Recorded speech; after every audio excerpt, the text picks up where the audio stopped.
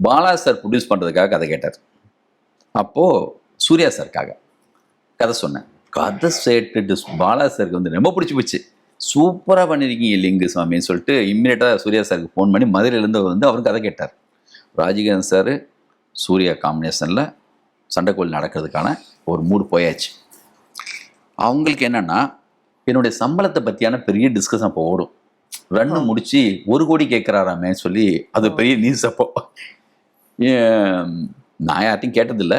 என்னுடைய சம்பளத்தை அப்போ வந்து ஜிவி ஃபிலிம்ஸ் அவங்க வந்து அவங்க தான் வந்து ஃபிக்ஸ் பண்ணாங்க. தம்பியை கூப்பிட்டு வச்சுட்டு நம்ம கம்பெனியில் ஒரு படம் பண்ணுவோம், அண்ணனுக்கு 1.25 ரூபா சம்பளம், சேம் காம்பினேஷன் மாதவன் சாருக்கு 1 ரூபா சம்பளம், நான் அண்ணன்ட்ட இந்த பொறுப்பை படைக்கிறேன், ஃபஸ்ட் காப்பியோட பண்ண சொல்லுங்கள், இல்லை இந்த மாதிரி சம்பளத்துக்குள்ளே பண்ண சொல்லுங்கள். அவர் தான் ஃபிக்ஸ் பண்ணது. நான் எங்கேயும் பேசுனதே சம்பளத்தை பற்றி.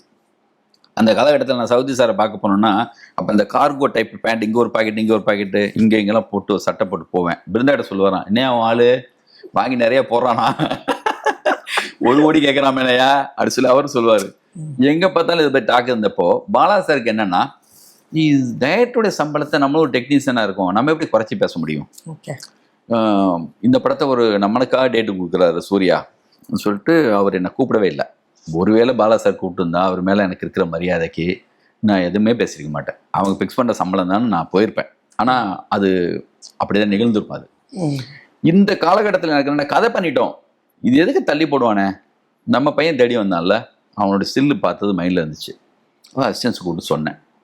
உண்மையிலேயே அந்த கம்பெனிலே வேலை பார்த்தவர் தான் கனகசபாதின்னு என்னுடைய கோஆர்டினேட்டர்.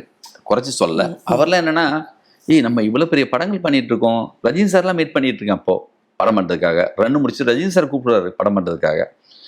இது எப்படி வரும் சொல்லி சந்தேகம் எல்லாருக்கும்.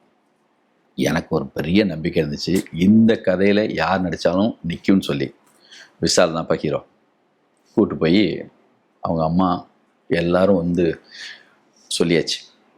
வீட்டில் உட்காந்து கதை கேட்குறாங்க. அந்த மேடம் அவங்க பயங்கர என் மேலே பெரிய மரியாதை வச்சுருப்பாங்க. இவனுக்கும் மிகப்பெரிய மரியாதை என் மேலே. அவன் செல்லமே முடிச்சுட்டு லிங்குசாமியை ஃபாலோ பண்ணிட்டு இருக்கேன், அவன் பண்ணுவான் சொல்லிட்டே இருந்திருக்கான். அவங்க அம்மா போனோடனே சொல்கிறாங்க, தேவின்னு பேர் அவங்க அம்மா பேர், அவங்க ஏர் ஹோஸ்டஸாக இருந்தவங்க. அசிலேட்டர் அந்த பிறந்தே எனக்கு தெரிஞ்சதுனால நான் எல்லா வேலையும் இழுத்து போட்டு செய்வேன், அவங்களுக்கு ரொம்ப பிடிக்கும் என்ன. அப்போது பார்த்தாலும் லிங்குசாமி சொல்லிகிட்டே இருக்காப்பா. அவன் அடுத்த படம் எப்போ பண்ணுவான்னு தெரில, நீ தானே அதை சொல்ல போறீன்னு சொல்கிறாங்களே என்னொன்னே சரின்னு கதை சொல்கிறேன். அப்படி சொல்லி முடித்தோன்னே அவங்களுக்கு பயங்கர ஹாப்பி. இது என்ன செலவானாலும் பரவாயில்ல, நாங்கள் பண்ணோன்னு சொல்லி அவங்க தான் ப்ரொடியூசராக உள்ளே வந்தாங்க.